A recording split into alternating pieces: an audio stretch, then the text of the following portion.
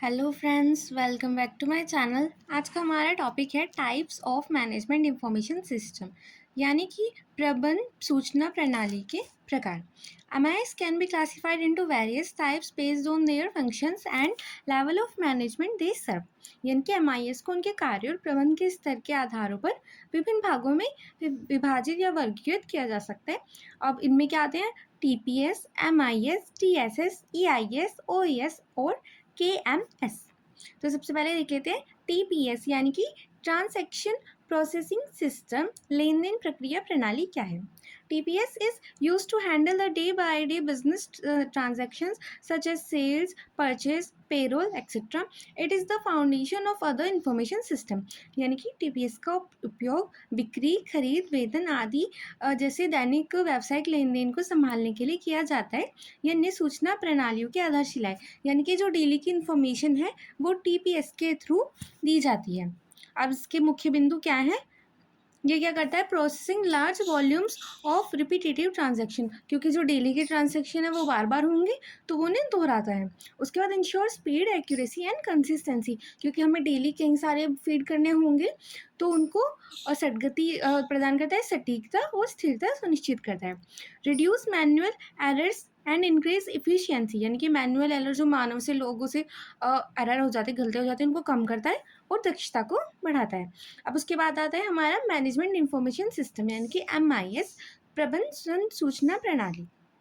MIS provides summarized, structured and routine report that help middle managers in planning, controlling and decision making। यानी कि जो MIS है वो संक्षिप्त, संरचित और नियमित रिपोर्ट प्रदान करता है जो मध्य स्तर के प्रबंधकों को योजना, नियंत्रण और निर्णय लेने में मदद करता है। यानी कि जो योजना बनाते हैं और उसको कंट्रोल करते हैं वो उस अकॉर्डिंग उनके लिए रिपोर्टिंग करता है। अब इसके की पॉइंट्स हैंगी, convert raw data from TPS into meaningful information, यानी कि TPS से उसने डाटा लिया है और उसको एक मीनिंगफुल इन्फॉर्मेशन दिया, यानी कि उसका एक तरह से कंक्लूजन दिया है। उसके बाद supports routine decision making and monitoring, यानी कि नियमित निर्णय लेने और निगरानी में सहायता करता है, क्योंकि आपके पास डेली रेगुलर इन्फॉर्मेशन अवेलेबल होगी, आपने उसको एनालाइज किया है, आप एक नॉर्मल अपने फाइनल डिसीजन पर पहुंच चुके हैं।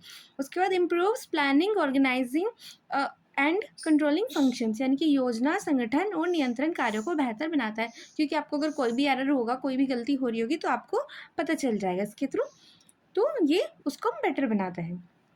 अब इसके बाद आता है डिसीजन सपोर्ट सिस्टम, DSS, यानी कि निर्णय समर्थन प्रणाली।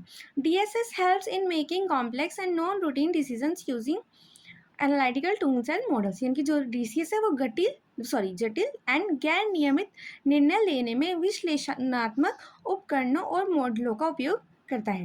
यानी कि जहाँ पे आपको ज़्यादा इन्फॉर्मेशन की ज़रूरत पड़ेगी उसके लिए यहाँ पे DSS का प्रयोग किया जाता है। It combines data, tools end user input, जिनके डेटा, उपकरण और उपयोगकर्ता इनपुट को जोड़ता है। यानी कि जो आपके पास डेटा है, जो आपके पास टूल्स हैं और जो आपके यूज़र की इनपुट है, इन तीनों को ये जोड़ता है। और उसके बाद ये इसके मुख्य बिंदु क्या है? Assets in semi structured and unstructured decision, यानी कि जो असंरचित है और असंरचित है उन निर्णयों में ये सहायता करता है, यानी कि जो ऑलरेडी डिसाइडेड नहीं थे। उसके बाद uses analytical models and data simulation, यानी कि विश्लेषणात्मक मॉडल और डेटा सिमुलेशन का उपयोग करता है, यानी कि जहाँ पे आपको ज़्यादा डिटेल की ज़रूरत हो उस जगह इसका यूज़ किया जाता है। अब उसके बाद आता है enhance problem solving and decision speed, यानी कि समस्या समाधान जो भी आपके यूज़र से रिलेटेड है और गति बेहतर बनाता है ये निर्णय की। अब इसके बाद आता है एग्जीक्यूटिव इंफॉर्मेशन सिस्टम, EIS, या फिर एग्जीक्यूटिव सपोर्ट सिस्टम, ESS, इसको बोलते हैं कार्यकारी सूचना प्रणाली। AIS is use by top executives for strategic planning, यानी कि जो शीर्ष हमारे प्रबंधक है वो इसको रणनीति स्ट्रेटेजी बनाने के लिए प्रयोग कर रहे हैं। It provides summarise and visual information for quick decision making, यानी कि त्वरित निर्णय के लिए संक्षिप्त और दृश्य जानकारी प्रदान करता है, यानी कि जब आपको एकदम से इंस्टेंट डिसीजन लेना हो तब वहाँ पर इसका यूज़ किया जाता है।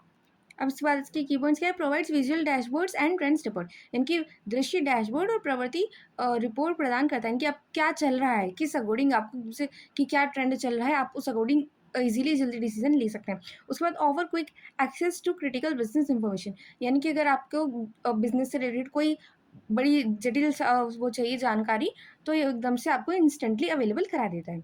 अब उसके बाद helps in long term strategic decision making, यानी कि दीर्घकालीन और रणनीतिक निर्णयों में मदद करता है।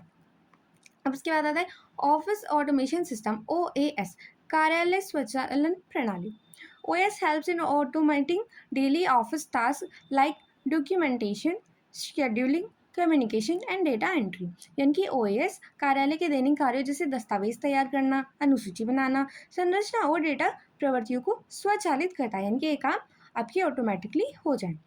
अब इसके की पॉइंट्स क्या है, इससे क्या होगी आपको improve speed and accuracy in administrative task, यानी कि जो आपके प्रशासनिक कार्य है उनमें गति बढ़ेगी और आपकी सटीकता भी बढ़ेगी। उसके बाद reduce paper work and manual efforts, क्योंकि अगर आपको ये ऑटोमेटिक हो जाएंगे तो इससे क्या होगा, कागज़ कम लगेंगे और आपके मैनुअल जो मैनुअली आप खुद से काम कर रहे हैं वो भी कम होगा। उसके बाद इनहेंस कम्युनिकेशन एंड कोऑर्डिनेशन, संचार और समन्वय में सुधार करता है। अब इसके बाद आता है हमारा last point, knowledge management system, KMS, यानी कि ज्ञान प्रबंधन प्रणाली। KMS helps in capturing, organising and sharing organisational knowledge, experience and best practices, यानी कि KMS संगठनात्मक ज्ञान, अनुभव और सर्वोत्तम प्रथाओं को एकत्र, व्यवस्थित और साझा करने में सहायता करता है, यानी कि जो आपके पूरे ऑर्गेनाइजेशन से रिलेटेड है उसकी इंफॉर्मेशन, उसमें जो क्या प्रथा चल रही है और क्या व्यवस्था है उन सबको एकत्र करता है पॉइंट्स उनके। अब उसके मुख्य पॉइंट्स क्या है, encourage knowledge sharing and collaboration, यानी कि ज्ञान साझा करने और सहयोग को बढ़ावा देता है।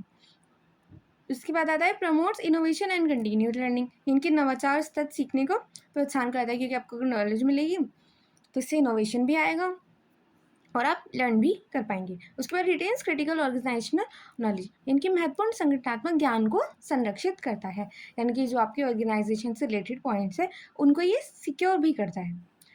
आई होप आपको MIS के पॉइंट्स क्लियर हो गए होंगे। Thank you for watching.